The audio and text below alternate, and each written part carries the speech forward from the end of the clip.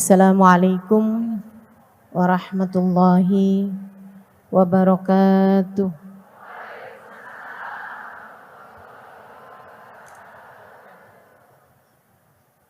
Alhamdulillah. Wassalatu wassalamu ala Rasulillah Muhammad ibn Abdillah wa ala alihi wa sahbihi wa man walah. Subhanaka la ilma lana illa ma 'allamtana innaka antal alimul hakim. Rabbi shrah li sadri wa yassir li amri wahlul 'uqdatan min lisani yafqahu qawli. Amma ba'du. Teman-teman saya sekalian, kita tentu tahu bahwasanya Allah Subhanahu wa taala telah menciptakan laki-laki dan perempuan dengan segala perbedaan-perbedaan yang sangat mencolok di antara keduanya. Baik secara fisik, perempuan tentu lebih lemah daripada laki-laki. Makanya Bu, nggak usah sok-sokan ngangkat galon. Nggak usah. Saya kuat kok Ustazah. Jangan. Sayangi dirimu, sayangi peranakanmu. Kadang sekarangnya nggak berasa, ntar kalau udah umur di atas 50-an tahun, tuh, dah jangan dah.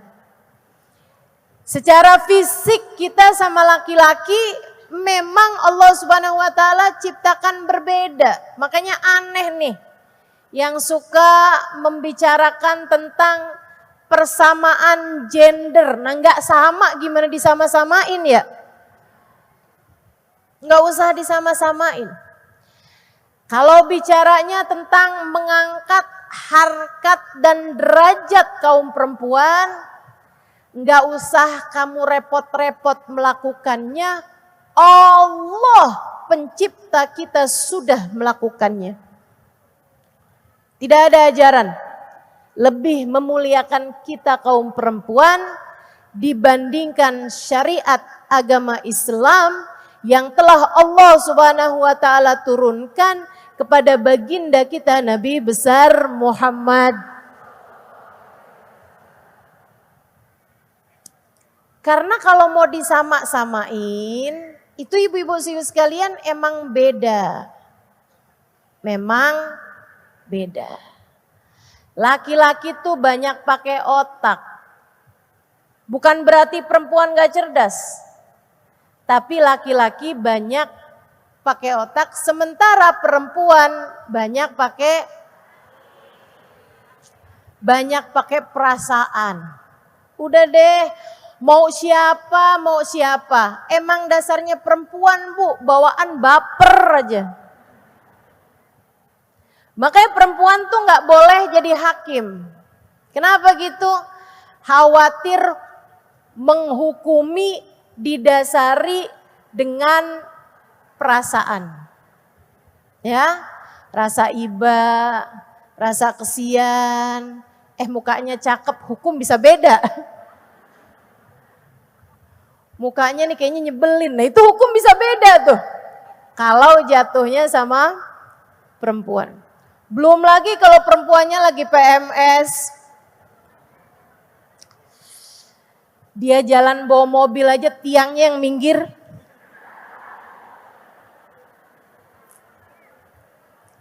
Ya Allah. Teman-teman saudaraku sekalian yang saya muliakan, saya pernah dengar salah satu perbedaan mencolok antara laki-laki dan perempuan. Ya. Laki-laki tahu apa yang dia mau, perempuan tahu apa yang dia tidak mau. Ini perbedaan mencolok nih. Yang gak usah orang lain, saya ngelihat ke diri saya juga yang Laki-laki tuh tahu apa yang dia mau. Perempuan tahu apa yang dia tidak mau. Jadilah sering terjadi perbincangan. Kita hari ini makan di luar ya. Oke. Kamu mau makan di mana? Perempuan nggak tahu apa yang dia mau. Jadilah keluar jawaban terserah.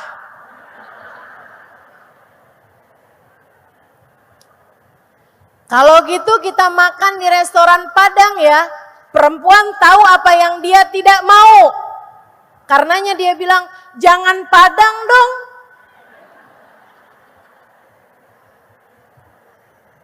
Kemarin pulang pengajian dikasihnya makanan nasi Padang.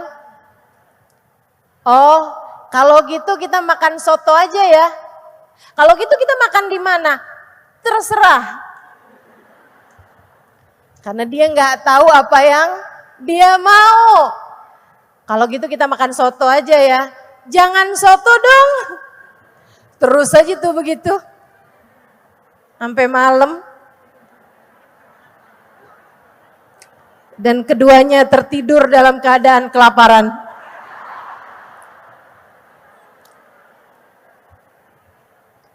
Ya Allah. Meskipun jawaban terserah perempuan-perempuan zaman sekarang banyak ganti. Kalau suaminya nanya, kita makan di mana nih? Perempuan sekarang banyak jawabnya gini, kamu nanya.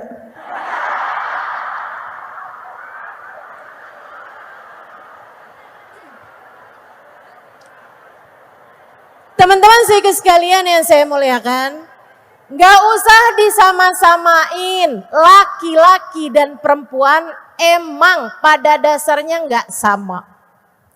Laki-laki punya kebutuhan sangat besar terhadap pengakuan. Perempuan punya kebutuhan yang sangat besar terhadap perhatian. Nih, saya kasih ilmunya nih. Jadi, kalau laki-laki itu senang dibilang, kamu adalah orang yang paling bisa saya andalkan. Karena dia perlu pengakuan. Kalau perempuan dibilangin, kamu emang selalu bisa saya andalin. Perempuannya bilang, emang apa-apaan nyuruh gua mulu.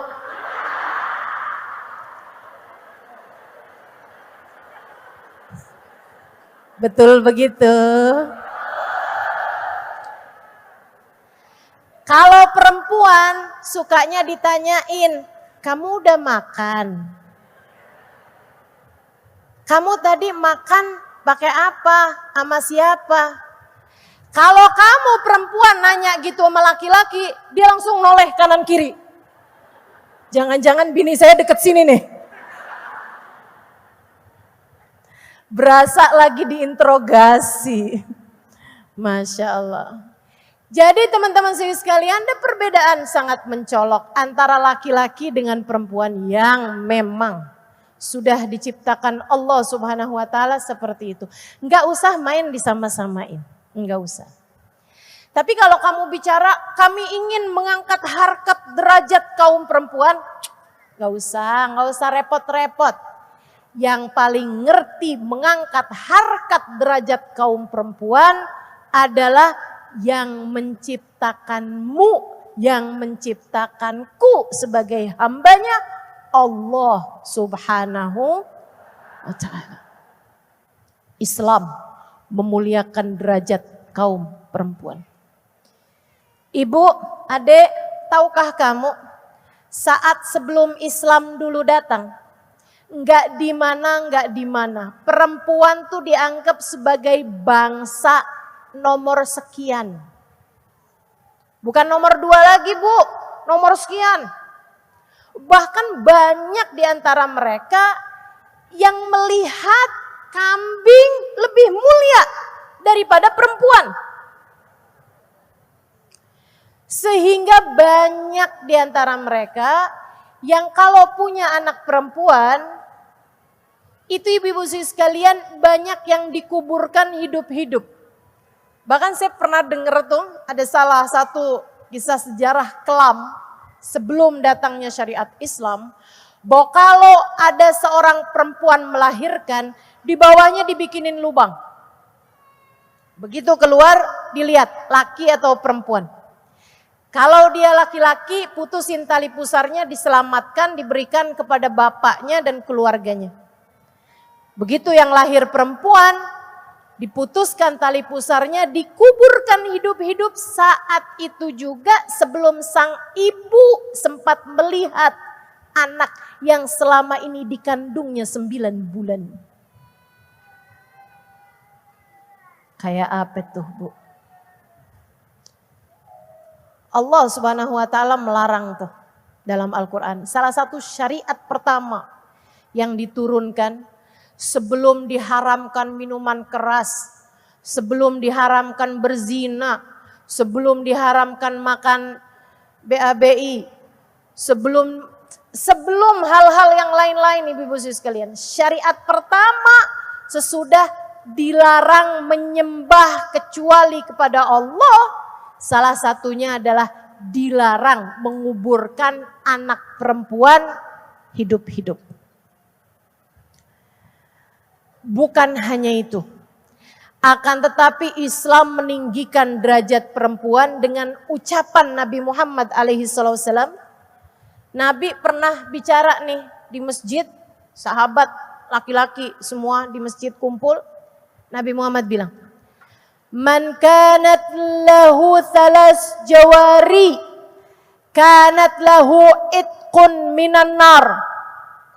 Siapa yang punya 3 anak perempuan, ketiganya dirawat, dididik, dibesarkan, sehingga menjadi anak-anak perempuan yang pandai menjaga diri, jauh dari perzinaan, jauh dari hal-hal yang menurunkan derajat mereka, pandai menutup aurat, mengerjakan sholatnya, puasanya dengan baik, kanat lahu itqun minan nar, maka laki-laki tersebut memiliki penghalang dari api neraka. 3 anak perempuannya akan menghalanginya dari api neraka. Itu ibu-ibu sekalian, dari Nabi ngucap kayak begitu, kayak nyenengin banget gitu. Bikin orang kepengen punya anak perempuan, pengen punya anak perempuan. Tapi ada yang nanya lagi, "Ya Rasulullah, kaifa bil jariyatin?" Wahai Rasul, bagaimana dengan yang punya 2 anak perempuan? Nabi senyum kemudian berkata, "Wa man kanat lahu jariyatan?" Demikian pula yang punya 2 anak perempuan, keduanya akan menjadi penghalangmu dari api neraka. Kata perawinya, tidak saya ingat pasti apakah Nabi Muhammad menyebut dengan 1 orang perempuan. Tapi teman-teman saudara sekalian saya muliakan, dari hadis Nabi Muhammad SAW ini, sampai-sampai orang tuh kalau istrinya melahirkan tanyain sama bidannya, "Udah lahir belum?" Dari balik pintu. "Udah nih." "Laki-laki apa perempuan?" "Laki-laki." "Alhamdulillah." Kau tanyain, "Laki-laki apa perempuan?" "Perempuan." "Ya Alhamdulillah." Alhamdulillahnya lebih kenceng.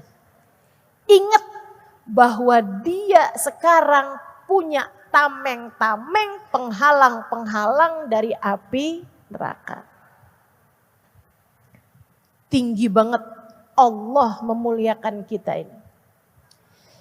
Kalau jadi anak kamu adalah bidadari kecil orang tuamu yang akan menggandeng orang tuamu nantinya menuju surga Allah Subhanahu wa taala, terselamatkan dari api neraka. Kalau jadi istri, ibu-ibu sekalian, saya tuh suka denger gitu, ada istilah begini nih. Istri adalah makmum bagi suaminya. Itu saya dengar di Indonesia. Kamu lagi nyari apaan sih? Sering banget pergi ke masjid. Saya ini ustazah rajin pergi ke masjid karena saya sedang mencari imam.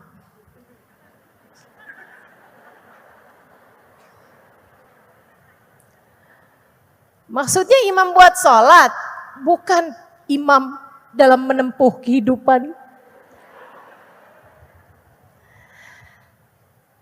Teman-teman sekalian yang saya muliakan. Atau ada lagi yang bilang kayak begini nih, istri adalah tulang rusuk suami yang bengkok. Ya Allah. Bu. Atau lebih tepatnya Dek. Saya kasih tahu ya. Yang tercipta dari tulang rusuk suaminya itu cuman Siti Hawa dari Nabi Adam. Kamu mah enggak. Yang tercipta dari tulang rusuk suaminya sekali lagi itu Siti Hawa dari Nabi Adam. Maksud kamu tuh kalau ada laki-laki ya, kawin cerai,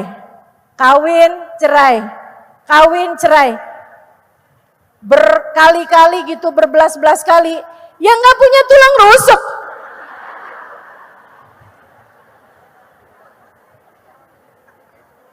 Enggak gitu. Atau istri sebagai makmum suaminya, artinya berdiri di belakang. Ini istilah ini nih, saya sering dengar justru di Indonesia dan justru bukan di kalangan pesantren. Gitu kan? Engkau adalah imam terbaik dalam kehidupanku.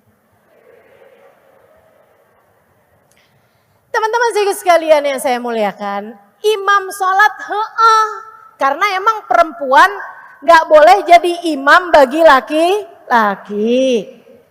Akan tetapi ibu-ibu sekalian, kalau dalam kehidupan istri itu bahkan bukan makmum. Bukan. Apa sih Allah mendefinisikan istri? Nih dengerin saya. Ada khutbahnya Nabi Muhammad SAW. Khutbah terakhir Nabi Muhammad SAW. Nabi khutbah beberapa wasiat yang cukup panjang. Salah satunya untuk kaum Ansor sama kaum Muhajirin biar pada akur. Orang Ansor mesti sayangi Muhajirin, orang Muhajirin mesti sayangin Ansor. Orang Muhajirin itu orang dari Mekah, kalau orang Ansor adalah orang asli Madinah. Salah satu pesannya Nabi Muhammad yang paling terkenal dari khutbah terakhirnya Nabi Muhammad adalah tentang sholat. Kata Nabi, as-salah wa ma malakatil yamin, as-salah. Gitu. Sholat ya jagain, sholatnya jagain. Demikian pula orang-orang yang kalian tanggung nafkahnya, anak, budak dan seterusnya yang tinggal bersamamu di rumah, jagain sholat mereka, jangan sampai ada orang di rumahmu nggak sholat. Tuh Nabi kasih perintah. Kemudian salah satu dari pesan Nabi Muhammad pada khutbah terakhir beliau begini nih. Ya ayyuhan nas, usikum bin nisa'i khaira fa innahunna awanun lakum fi umuri dinikum wa dunyakum. Kata Nabi gitu. Ya ayyuhan nas, wahai sekalian manusia. Ini semua yang dengerin saya. Usikum bin nisa'i khaira, kalian semua kaum laki-laki yang baik-baik sama perempuan. Kalian semua kaum laki-laki yang baik-baik sama istri kalian. Ya Allah, saya sih waktu dengernya ngerasa banget kalau kita nih disayang-sayang sama Nabi Muhammad.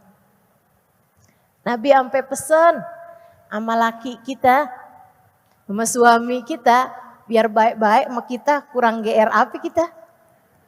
Masya Allah, Masya Allah. Usikum bin nisa'i khaira.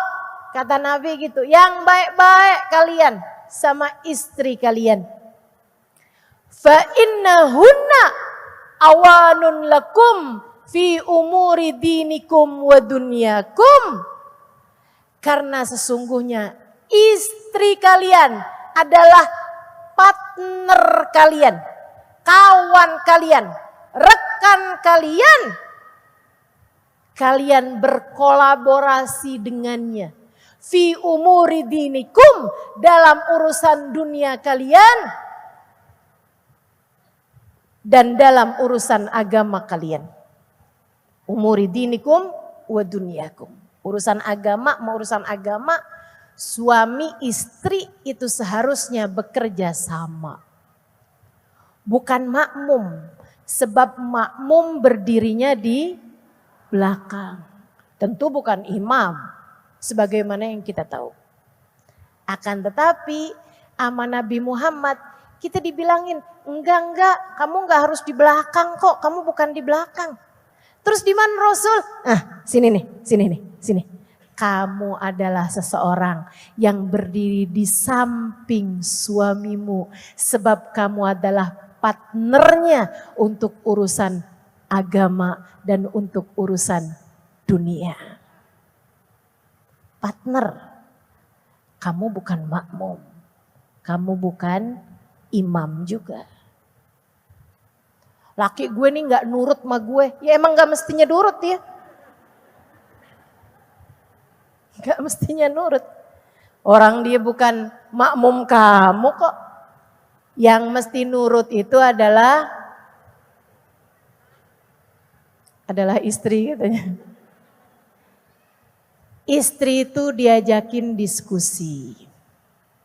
Istri itu diajakin ngobrol. Apalagi mengingat yang namanya istri tuh kuota ngomongnya tuh banyak. 21.000 kata per hari. Di saat laki-laki hanya sekitar 9.000 kata per hari. Jadi perempuan tuh hampir 3 kali lipatnya suami kata-katanya. Dalam hal ini suami saya beruntung nih. Karena saya sudah menghabiskan kuota bicara saya di majelis. Sehingga ketika pulang saya sudah kehabisan kata-kata. Yang kesian nih suami-suamimu nih. Begitu pulang kepengen cerita aja. Tadi tuh Ustazah Halimah kasih tahu. Kamu tuh sebagai suami gak boleh jadiin saya ada di belakangmu. Kata Ustazah Halimah tuh tadi. Katanya Nabi Muhammad tuh bilangin saya partner kamu loh. Suaminya yang gak lama.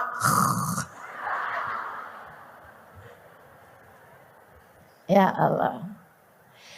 Saudaraku sekalian yang saya muliakan. Nih Nabi Muhammad menyebut kita sebagai partner. Begitu tingginya derajatnya teman-teman. Bahkan dalam hadis yang lain. Nabi Muhammad kasih tahu. Ad-dunya mata wa khairu mata'iha al-mar'atu sholihah. Dunia ini ada senengnya kata Nabi. Dunia ini ada surganya, ada kesenangannya di dunia. Tapi seindah-indah kesenangan di dunia adalah ketika kamu laki-laki memiliki istri yang solehah. Kok amin? Coba saya tafsirkan aminnya ini ya.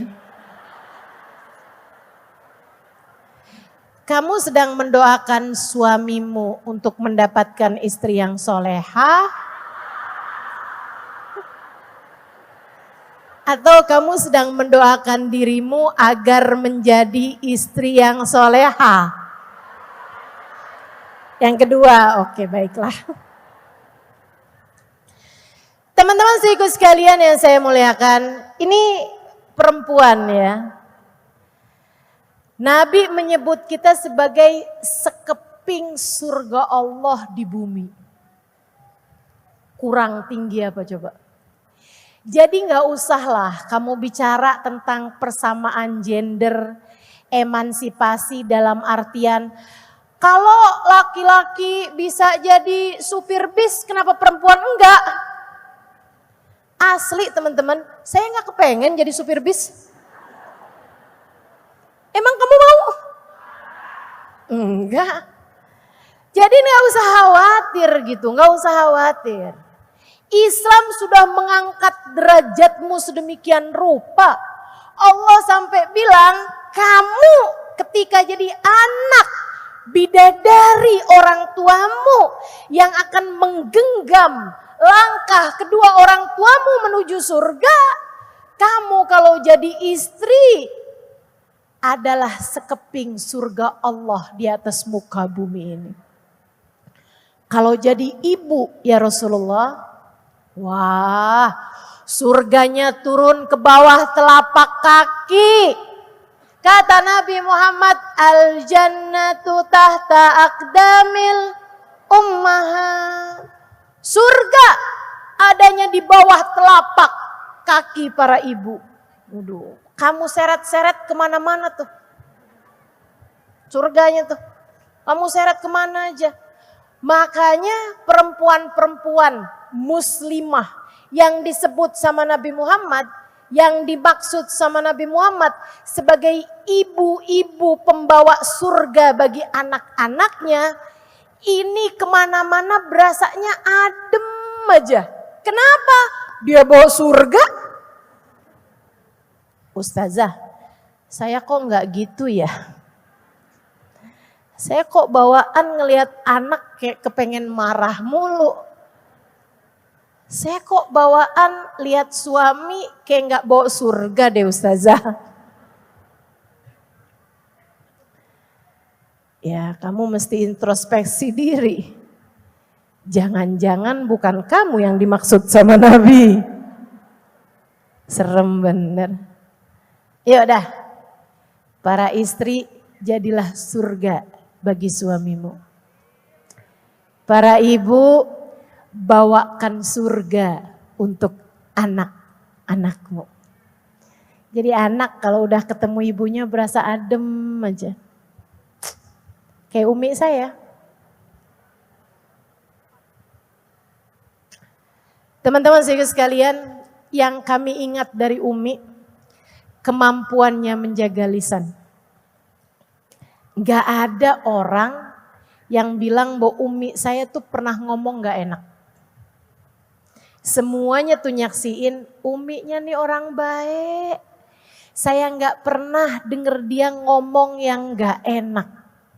Masya Allah. Ibu yang baik buat anak-anaknya. Kami gak tahu kata-kata beliau ketika marah. Gak pernah tahu. Bukan berarti gak pernah marah. Tapi semarah apapun tidak pernah keluar kata-kata yang tidak enak bagi anak-anaknya.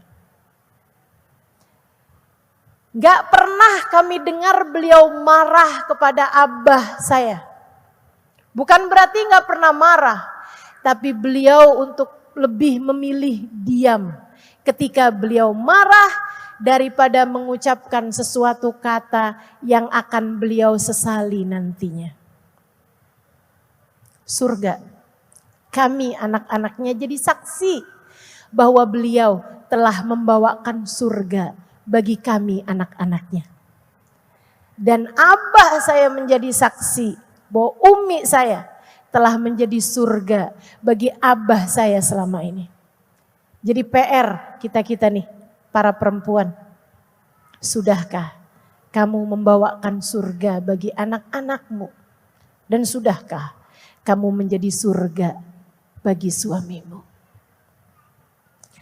Teman-teman saudariku sekalian yang saya muliakan, ini perempuan nih. Perempuan. Tinggi sekali Allah Subhanahu wa taala menempatkan derajat kita. Perempuan hati dan akhlaknya. Teman-teman sekalian, apa itu akhlak? Akhlak itu tuh kayak tuangan dari apa yang ada di dalam hati. perwujudan apa yang ada dalam hati itu adalah akhlak. Jadi kayak ibarat hati ini teko, maka akhlakmu yang keluar dari badanmu ini, ucapanmu, cara dengarmu, apa yang kamu lakukan dengan tangan, kakimu, anggota tubuhmu, ini namanya akhlak. Jadi kalau kamu kepengen benerin akhlakmu, yang pertama kali harus kamu benerin adalah hatimu. Karena sekali lagi, akhlak itu adalah perwujudan dari apa yang ada di dalam hati seseorang. Makanya kenapa Nabi Muhammad tuh kalau menceritakan tentang akhlak yang baik, selalu saja sesuatunya tersebut didasari karena keimanan yang letaknya di dalam hati. Misalnya Nabi Muhammad bilang, "Man kana minkum yu'minu billahi wal yaumil akhir falyaqul khairan aw liyasmut."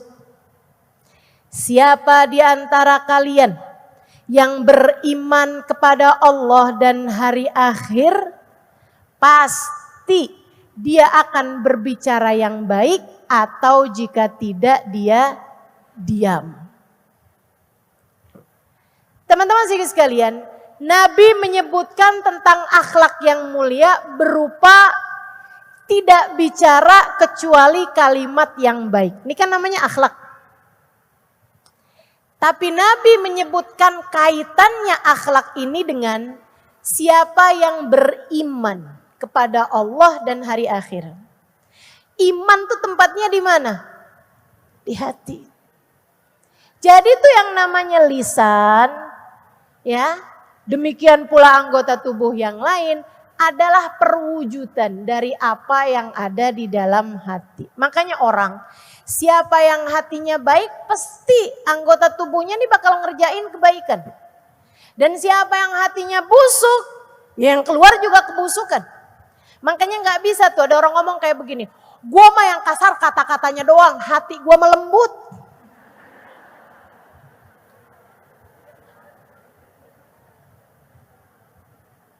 Hati gua melembut bener, gua mah kata-katanya doang nih yang kasar nih. Teman-teman saudaraku sekalian, ya itu sih namanya bukan akhlak, gitu ya. Kalau kata-kata kasar, ya artinya di dalamnya juga kasar. Hatinya juga nggak baik gitu, kalau sampai kata-katanya kasar. Saudaraku sekalian saya muliakan, nah kalau orang sih ngaku-ngaku kayak begitu ya banyak aja Bu. Saya ingat pernah baca sejarah seorang kriminal paling jahat se-Amerika yang sampai cari-cari polisi nggak bisa-bisa sampai akhirnya dibombardir, ketahuan ketemu di tempat perempuannya, tempat pacarnya, itu dibombardir sampai berapa puluh polisi, sampai akhirnya di badan dia itu ditemukan sekian belas puluh gitu peluru ketika matinya. Kriminal paling dicari, saya nggak inget namanya karena mohon maaf, nama-namanya orang kayak begitu saya merasa nggak perlu juga saya hafal gitu, nggak bisa saya tawasulin. Yang saya mau ceritakan, ketika kemudian jenazahnya nih diangkat untuk dibawa pakai ambulan gitu ya, diotopsi, itu teman-teman saya sekalian ditemukan ada satu lembar kertas di dalam bajunya. Isinya di balik baju ini, artinya di dalamnya terdapat hati yang tidak tega menyakiti siapapun. Dia adalah orang yang beberapa jam sebelumnya dia ditangkap sama polisi. Polisi nanyain apa, dan waktu polisi itu lagi ngambil kertas gitu ya, dia kemudian tembak orang tersebut, dan dia lihat ada orang-orang di sekelilingnya yang ngelihat dia nembak polisi, ditembak juga sekalian, jeder, der, mati. Dia bilang, di balik baju ini terdapat hati yang tidak tega menyakiti siapapun. Kalau ngaku-ngaku mah semua orang juga bisa. Akan tetapi yang namanya akhlak adalah apa yang keluar dari hatimu. Kalau di dalamnya isinya susu, keluarnya nggak bakalan kopi. Kalau dalamnya oli, keluarnya nggak bakalan kopi. Gitu teman-teman, itu sesuatu yang udah pasti. Makanya kamu mau ngebenerin akhlak, benerin dulu hatimu. Hati dibenerin gimana caranya nih Ustazah? Nih saya kasih tahu. Hati itu menerima 3 jenis bisikan. Atau bolehlah dibilang 4 bisikan. Ya, 2 bisikan baik, 2 bisikan enggak baik. Bisikan buruk. Kamu kalau kepengen hatimu bagus, mesti pinter-pinter milah-milih bisikan-bisikan mana yang kamu mau simpen dalam hati, bisikan mana yang kamu abaikan begitu saja sehingga ia tidak mengganggu perjalananmu untuk menuju akhlak yang mulia. Gitu. Itu caranya jaga hati. Bisikan yang baik datang satu dari Allah Subhanahu wa taala, meskipun jarang nih Allah langsung ngebisikin hati manusia, kecuali hati para nabi, para wali, orang-orang yang punya nilai di sisi Allah Subhanahu wa taala. Yang kedua bisikan baik, yang kamu, kita, saya semua nih, kamu, saya, kita semua, ini pasti dibisikin dengan bisikan yang baik nih dari sini nih, yaitu dari malaikat. Nama bisikannya ilham, pembisiknya namanya mulhim. Demikian yang diceritakan oleh Imam Ghazali dalam kitab Minhajul Abidin.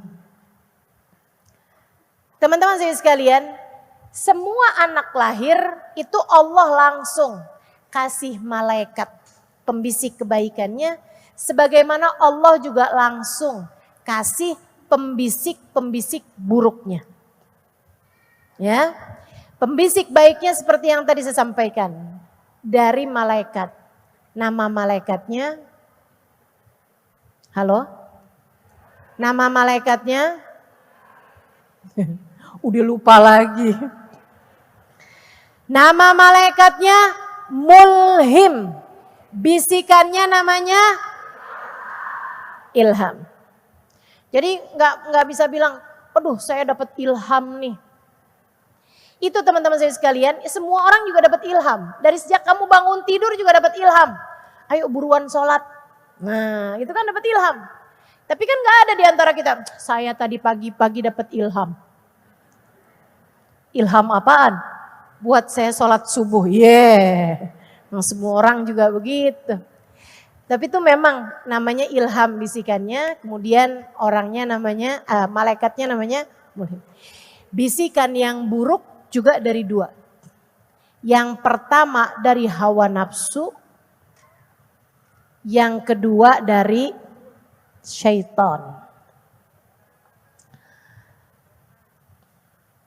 Sekarang nih, semuanya nih juga lagi masuk bisikan-bisikan. Ada yang kayak begini nih, Ustazah lama amat dah. Saya udah lapar loh ini padahal. Kapan ya kira-kira keluarnya ya? Kayak habis dari sini saya mau makan apa ya? Kok Ustazah tahu sih? Tahu lah, saya juga dibisikin.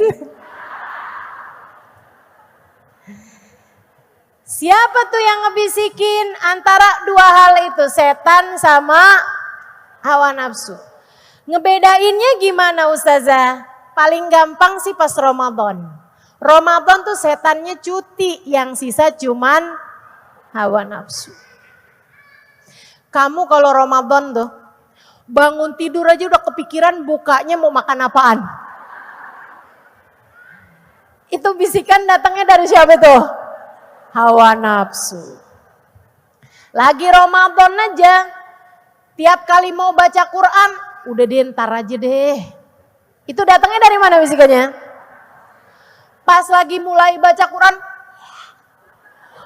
baru aja berapa ayat udah nguap mulu. Padahal kalau buka TV nonton kagak ada ngantuk-ngantuknya. Tapi giliran baca Quran, a'udzubillahi minasyaitonirrajim. Emang ya Quran tuh emang obat. Obat apaan? Obat tidur. Teman-teman saya sekalian, tuh bisikan itu datangnya dari hawa nafsu. Hawa nafsu. Kalau bisikan dari setan, Imam Ghazali sih ngasih beberapa kriteria. Buat kamu beda-beda ini. Bisikan dari setan tuh teman-teman, itu selalunya mengajak kepada dosa dan keburukan-keburukan. Dosa, lebih ngajakin kepada sesuatu hal yang sifatnya dosa gitu. Atau mencegahmu dari kebaikan yang lebih besar. Kayak misalnya, kamu mau hadir pengajian nih. Kamu hadir pengajian, aduh gak usah deh, gampang, live streamingan aja. Udah jauh lagian pengajiannya, tuh kayak gitu tuh. Itu tuh seringkali bisikannya adalah bisikan setan. Kemudian ada yang nyaut, iya mendingan enakan juga tidur. Yang ngebisikin untuk hal-hal yang menyenangkan bagimu, yang kamu senang gitu ngerjainnya, itu seringnya ngajakin kepada kesenangan-kesenangan diri, seringnya bisikannya datang dari hawa nafsu. Terus ya, kalau bisikannya setan, itu kalau kamu berzikir, bisikannya tuh tambah kecil, samar bahkan hilang. Gitu kan? Misalnya nih, nggak usah ngaji gitu kan. Nggak usah ngaji. Terus aja nih di telinga kita nih, di hati kita nih terus dibisikan. Hari ini nggak usah ngaji, hari ini nggak usah ngaji gitu. Iya kan? Terus kita bilang begini, a'udzubillahi minasyaitonirrajim. Allah. Iya deh ngaji aja deh. Itu berarti bisikannya dari setan. Tapi kalau misalnya bisikannya dari hawa nafsu, itu enggak hilang meskipun kamu berzikir. Pengen beli tas yang itu. A'udzubillahi minasyaitonirrajim. Allah. La ilaha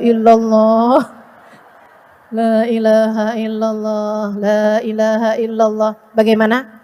Tetap mau beli tas yang itu.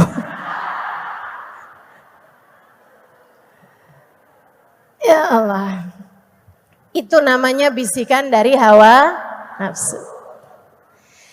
Kedua-duanya katanya Sahibul Burdah, wan nafas wasyaiton wa'sihima wa in huma mahadhakan nusha fattahimi. Nafsu sama setan, biar kata kelihatannya kayak ngasih nasihat, kamu tetap harus curigai karena selama ini mereka tidak pernah mengajak kecuali kepada keburukan. Buruk tuh. Teman-teman sekalian saya muliakan, lebih kelihatan lagi pas tahajud tuh, pas bangun tahajud. Jam berapa sih ini? Lihat jam 3 ya ampun ngantuk banget. Udah gak usah tahajud. A'udzubillahi minasyaitonirrajim. Malah ketiduran. Tingkah siapa tuh yang begitu? Masya Allah. Itu berarti dari siapa tuh Ustazah? Kolaborasi. Ada yang kolab di hati kita ya. Antara setan sama hawa nafsu. Tuh teman-teman saya sekalian. Keduanya tuh kita mesti belajar buat mulai menguranginya. Caranya gimana Ustazah? Caranya dengan kamu lebih peduli sama bisikan-bisikan yang baik dan dengan selalu berzikir, sama yang ketiganya dengan selalu mohon petunjuk kepada Allah. Tuh tiga itu. Ya, kalau kepengen bisa menang ngadepin bisikan-bisikan buruk. Biar hati kamu tuh jadinya yang masuk cuman yang baik-baik. Kalau hati yang masuk yang baik-baik, semuanya yang keluar jadinya kebaikan. Apa aja tadi? Yang pertama, tepiskan bisikan buruk, dengerin bisikan baik. Jangan ngaji. Setan nih, setan. Bagaimana menurutmu Mulhim? Ngaji aja. Tapi kan bisa live streaming. Kata siapa itu? Kata setan. Katanya si Mulhim, oh ya setannya nih namanya wiswas, bisikannya namanya waswas. Ya beneran saya nggak lagi bercanda. Ini yang Allah maksudkan dalam Al-Quran surat An-Nas. A'udzubillahi minasyaitonirrajim. Bismillahirrahmanirrahim. Qul a'udzu birabbin nas, malikin nas, ilahin nas, min syarril. Tuh Allah lagi nyebutin nama setan yang suka ngebisik-bisikin hati kamu. Min syarril waswas nama setannya, bisikannya namanya wiswas. Teman-teman sekalian, kata Allah, katakanlah wahai Muhammad, aku berlindung dengan Tuhannya manusia, pemelihara manusia, pemilik manusia, dari kejahatan setan yang selalu membisiki. Lihat aja di tafsirnya.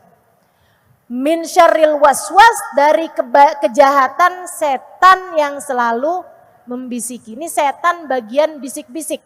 Setan yang lain-lain ada lagi. Setan yang bikin kamu marah-marah mulu sama suami itu ada lagi tuh. Setan yang bawaan kalau ngelihat laki-laki yang lain kayak bawaan lebih ganteng aja dari laki kita. Ada lagi tuh setannya tuh. Saya sekarang lagi nggak hafal nama-namanya. Tapi ada masing-masing setan-setannya. Yang suka bikin kita jadi berantakan ketika kita lagi sholat. Tuh ada lagi tuh. Ya kan? Ngingetin kita sama apa yang kita lupa. Nyari kunci, ngubek gak ketemu. Giliran Allahu Akbar. Astagfirullah di atas lemari. Tuh. Namanya hunzub. Nah, kalau yang ini saya inget nih. Teman-teman sekalian yang saya muliakan. Ini ya. Allah bilang min syarril waswas al-khannas. Dari kejahatan setan yang selalu membisiki. Tapi dia khannas, suka ngumpet, suka sembunyi. Lihat aja tafsirnya. Kalau nggak percaya, ya percayalah sama saya. Saya belajar lama kok. Teman-teman sekalian, apa maksudnya ngumpet? Katanya ahli tafsir mengatakan, idza dzakarallah khanas wa idza ghafil anillah wiswas. Apabila dia orangnya yang punya hati nih lagi ingat sama Allah, dia sembunyi. Kalau kita lagi lupa sama Allah, dia mencengkeram dan membisik-bisiki. Kerjanya sih waswas. Min syarril waswasil khannas alladzi fi sudurin nas, yang membisik-bisiki hati manusia. Minal jinnati. Setan yang ini nih terdiri dari dua kelompok. Ada kelompok bangsa jin. Memang asalnya setan tuh dari bangsa jin. Jadinya dia tuh bisa masuk gitu ke dalam hati tuh. Bisa ngebisik-bisikin gitu. Teman-teman sekalian, ini setan dari minal jinnah. Nah kadang-kadang kalau dia putus asa ngebisikin kita, langsung ke dalam hati kita, dia ngebisikin orang yang ada di sekeliling kita, sehingga kita kemudian diracunin sama orang diracunin sama setan dari golongan manusia. Ini repot nih. Nggak bisa kita bacain ayat kursi. Udah pasti nih, saya mau pergi ngaji. Dapat telepon dari temennya. Anterin gue dong. Gue mau nge-mall nih, ada yang mesti gue belanjain. Kita bilang enggak, gue mau ngaji. Ya Allah. Ayo dong, temenin. Emang mau ngaji di mana sih? Di Islamic Center, Mustafa Halimah. Mustafa Halimah jadwalnya banyak. Enggak dapat di Islamic Center, besokannya juga ada tempat lain. Udah nggak usah sekarang. Kita tahu nih jangan-jangan setan yang ada di kita yang ngebisikin dia nih. A'udzubillahi minasyaitonirrajim. Allahu la ilaha illa huwal hayyul qayyum. La ta'khudhu sinatun wa la nawm. Apaan sih gitu ntar? Nggak kena. Nih teman-teman sekalian, setan ya. Bisikan kalau dari setan itu kayak gitu tuh. Caranya adalah dengan satu, ingat sama Allah. Kita nggak dengerin, ini yang pertama ya. Yang pertama alihkan, kamu jangan peduli sama bisikannya. Dihilangin aja.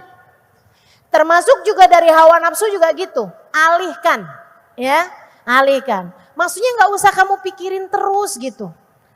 Nggak usah puasa nih dari bangun tidur yang dipikirin enaknya makan apa nih ya. Pesan di mana nih ya? Sepanjang hari ngeliatin GoFood mulu. Ada yang kerjaannya begitu? Mana orangnya? Dialihkan teman-teman, jangan diikutin. Waksihima, durhakailah bisikan-bisikan setan. Itu, kalau kamu pengen punya hati yang baik, jadi perempuan yang solehah, tiap kali datang bisikan-bisikan yang buruk, tinggalkan, jangan dengerin, cuekin. Tuh orang kenapa gitu ya, astagfirullah. Saya nggak mau dengerin. Gitu. Barangkali dia punya kebaikan-kebaikan yang kamu nggak tahu, diem. Gitu. Jangan dengerin. Saya mau sholat duha nih, entar aja deh. Gitu. Jangan sekarang duhanya, entar aja, waktunya duha kan masih panjang. Sampai duhur kata ustazah. Gimana caranya nih? Tinggalin dia, pergi wudhu, sholatlah. Gitu. Nanti dia masuk lagi tuh, setan tuh. Kalau gitu duhanya buruan dah, cepet-cepetan. Gitu kan? Biar banyak nih yang mau kita kerjain gitu. Kerjaannya si setan, kamu tetap aja khusyuk aja. Gak usah dengerin. Yang lain-lain tuh nanti bisa terlaksana dengan sendirinya. Tenang teman-teman. Urusan waktu tuh, kalau kamu kasih ke Allah, Allah kasih balik. Saya udah perhatiin aja kayak gitu. Saya kalau ngerasa, wah gak keburu duha nih. Saya harus pergi nih cepet-cepetan nih ke majelis gitu. Subhanallah, sama Allah tuh dikasih di jalannya macet. Yang andai itu saya duha, sama Allah akan dilancarin jalannya, nyampenya tetap sama juga, subhanallah. Kayak gitu, itu udah cara Allah SWT berlaku kepada hamba-hambanya. Jadi yang pertama, kalau kamu pengen punya hati yang baik, jangan dengerin, tinggalin, cuekin, acuhkan. Ya, jangan pedulikan bisikan-bisikan setan, jangan pedulikan bisikan-bisikan hawa nafsu. Yang keduanya, teman-teman saudaraku sekalian saya muliakan, minta perlindungan kepada Allah. Makanya kita sebelum sholat baca A'udzubillahi minasyaitonirrajim, Rabbi a'udzubika min hamazati syayatin, wa a'udzubika rabbi ayyahdurun. Kan begitu dah? Kita juga di saat wudhu kan juga baca gitu. Sebelum baca Al-Quran, a'udzubillahi minasyaitonirrajim gitu. Minta perlindungan dari kejahatannya setan. Kemudian yang ketiganya, teman-teman saudaraku sekalian yang saya muliakan, selalulah mohon petunjuk pada Allah Subhanahu wa ta'ala. Jangan sok-sokan. Jangan sok-sokan. Kita nih perempuan, sama Allah itu diminta menjadi sosok yang kuat. Lebih kuat dari laki-laki secara mental. Meskipun laki-laki lebih kuat secara fisik. Secara fisik. Teman-teman sekalian, tapi kita tuh sama Allah diminta untuk menjadi lebih kuat. Dari laki-laki bahkan secara mental. Kenapa gitu? Sebab Nabi Muhammad menyebut kita sebagai tiang. Kata Nabi Muhammad alaihissalam, al-mar'atu imadul bilad. Ida saluhat, saluhatil bilad. Ida fasadat, fasadatil bilad. Perempuan tuh tiangnya negara.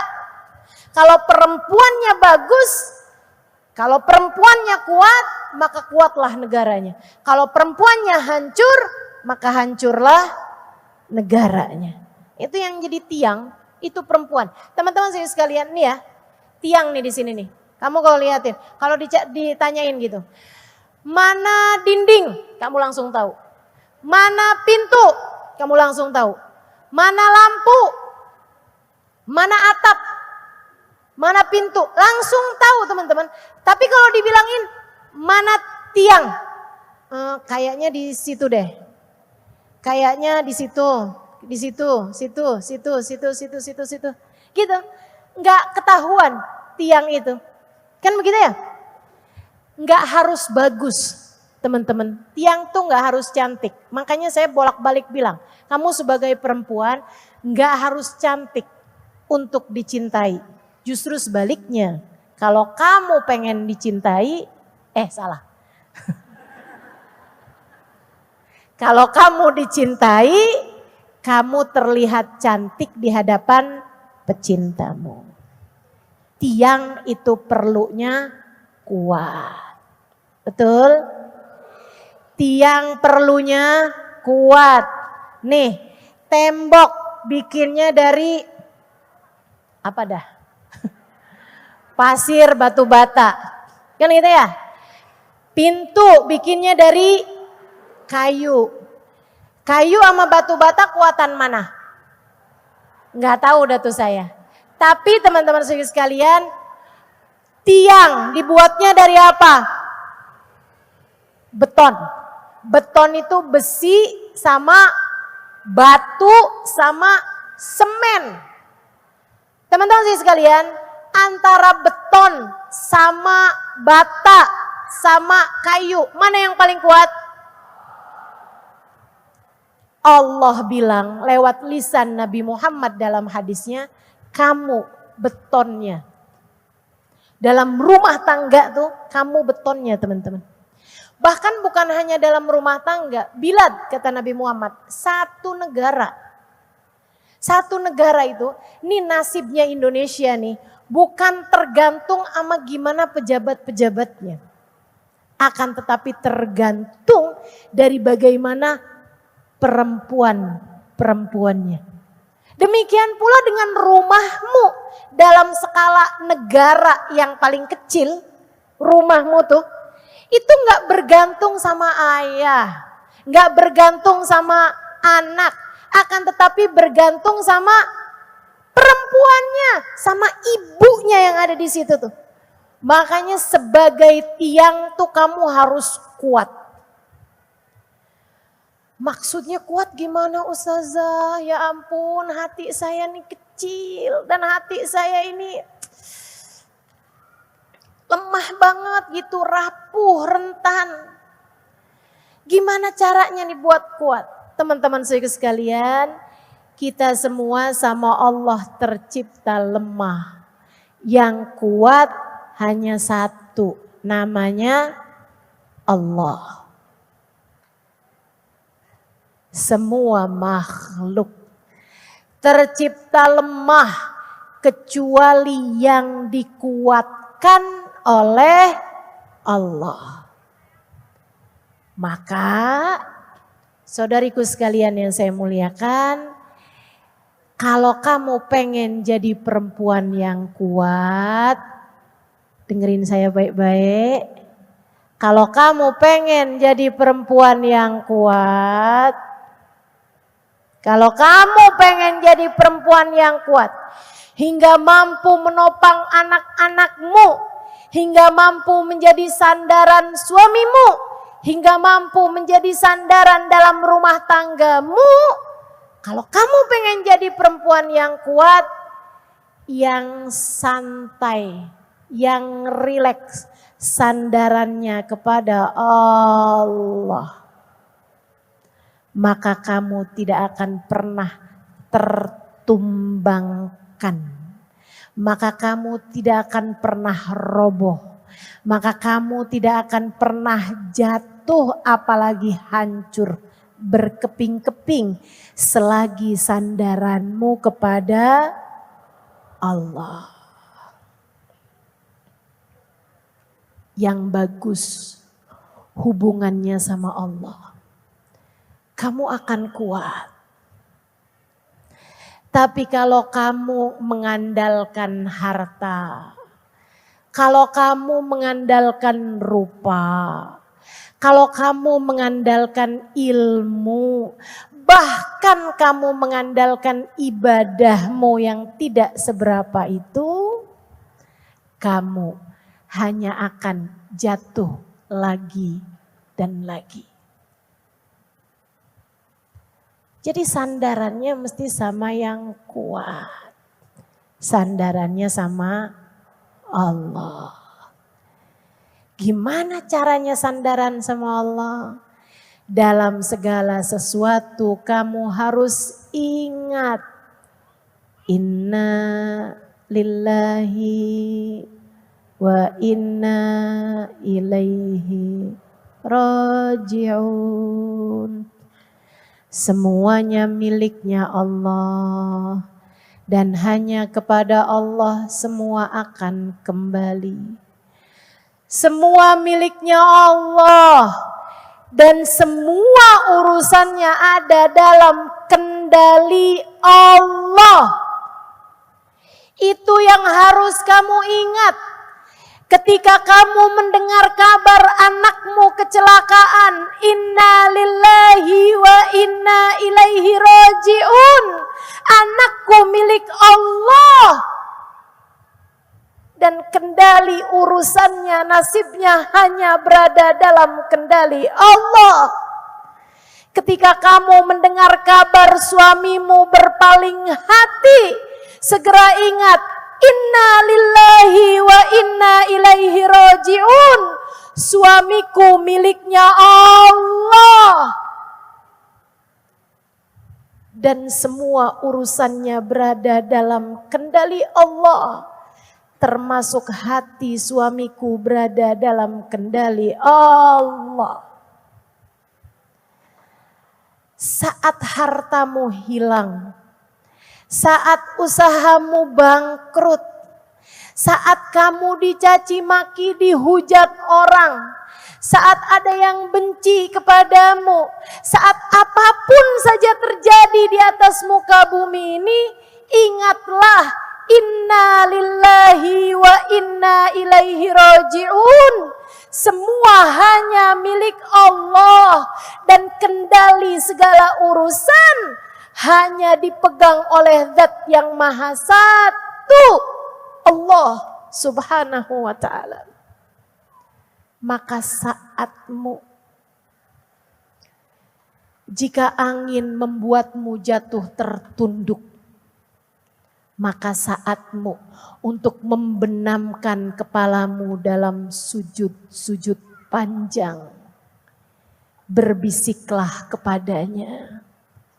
Mohon ampunlah padanya. Mintalah hajatmu padanya.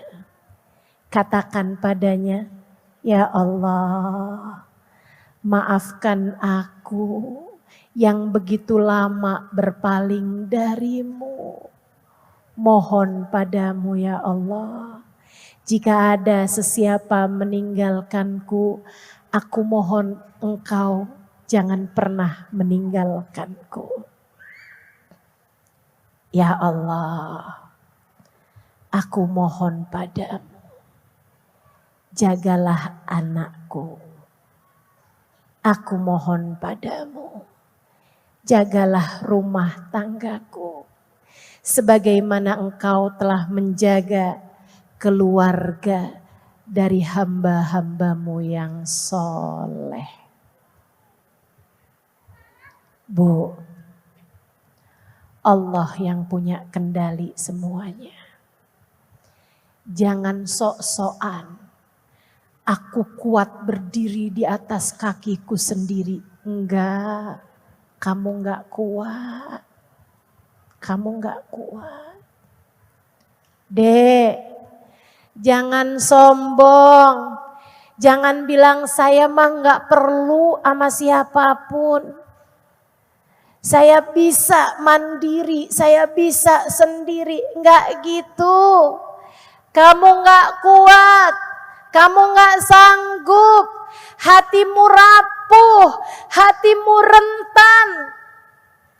Kamu perlu dikuatkan. Dan kamu hanya perlu satu menguatkanmu. Namanya Allah. Dekatkan dirimu padanya.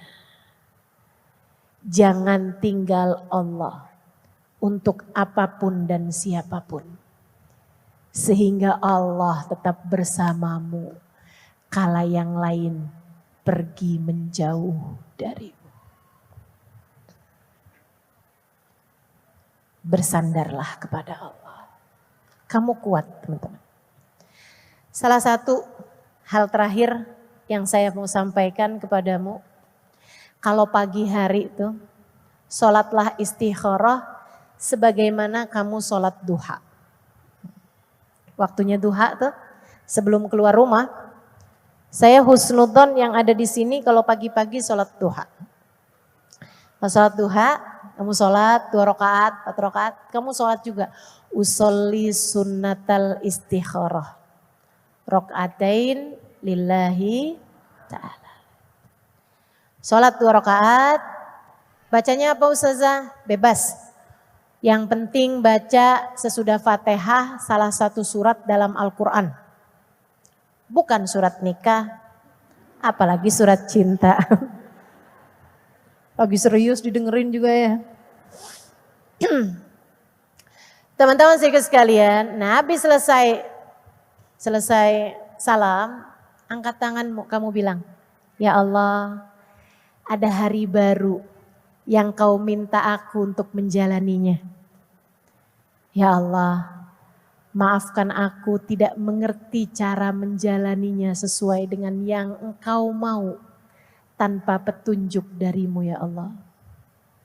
Bimbinglah hamba-Mu ini menjalani hari ini dengan cara yang terbaik. Bimbing lisan saya untuk bisa berbicara yang baik. Bimbing mata saya untuk dapat melihat dengan baik. Bimbing telinga saya untuk suka mendengarkan kebaikan. Bimbing kaki melangkah menuju tempat-tempat yang membawa kebaikan. Bimbing tangan melakukan apapun yang membawa kebaikan. Bimbing seluruh anggota tubuh. Bimbing perut saya ya Allah agar jangan pernah masuk makanan haram ataupun syubhat di dalamnya. Bimbing hati saya ya Allah untuk bisa merasa dengan rasa yang benar.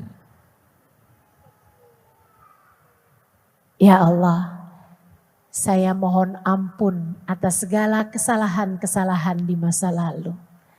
Dan mohon petunjuk-Mu untuk saya menjalani hidup seperti yang Kau mau di masa yang sekarang hingga yang akan datang. Terus kamu akhiri dengan sholawat, kamu baca Fatihah sesudahnya. Insya Allah. Enggak gitu doanya gimana Ustazah? Enggak apa-apa bebas. Saya cuma ngajarin kamu doa yang mungkin kamu tertarik untuk bisa membacanya sehingga hari-harimu berada dalam petunjuk Allah, teman-teman. Hingga hari-harimu berada dalam petunjuk Allah. Sehingga insya Allah bisikan setan, bisikan hawa nafsu mulai berkurang sedikit demi sedikit, sedikit demi sedikit. Bisikan dari malaikat yang membawa kebaikan-kebaikan akan lebih nyaring terdengar. Sehingga dengannya kamu semakin hari semakin baik, semakin hari semakin baik. Akhlakmu semakin hari semakin mulia, semakin hari semakin mulia. Kamu pun menjadi orang-orang yang berhasil. Nabi Muhammad terutus kepadamu sebab Nabi Muhammad mengatakan innama bu'ithu liutammima makarimal akhlak. Sesungguhnya aku diutus Allah untuk menyempurnakan akhlak yang mulia. Semoga kita semuanya menjadi muslimah-muslimah umat Nabi Muhammad alaihi wassalam yang berakhlak mulia karena kita memiliki hati yang baik, hati yang berada dalam bimbingan dan panduan Allah Subhanahu wa taala. Amin ya rabbal alamin. Rabbana dhalamna anfusana wa illam taghfir lana wa tarhamna lanakunanna minal khasirin. Rabbana atina fid dunya hasanah wa fil akhirati hasanah wa qina adzabannar. Dawahum fiha subhanakallahumma wa tahiyyatuhum fiha salam. Akhiru da'wana anil hamdulillahi rabbil alamin. Ila hadratin Nabi Muhammad sallallahu alaihi wasallam. Semoga kita dapat mengamalkan apa yang sudah kita pelajari pada hari ini. Ala hadhihi niyah wa ila hadratin Nabi. Al-Fatihah.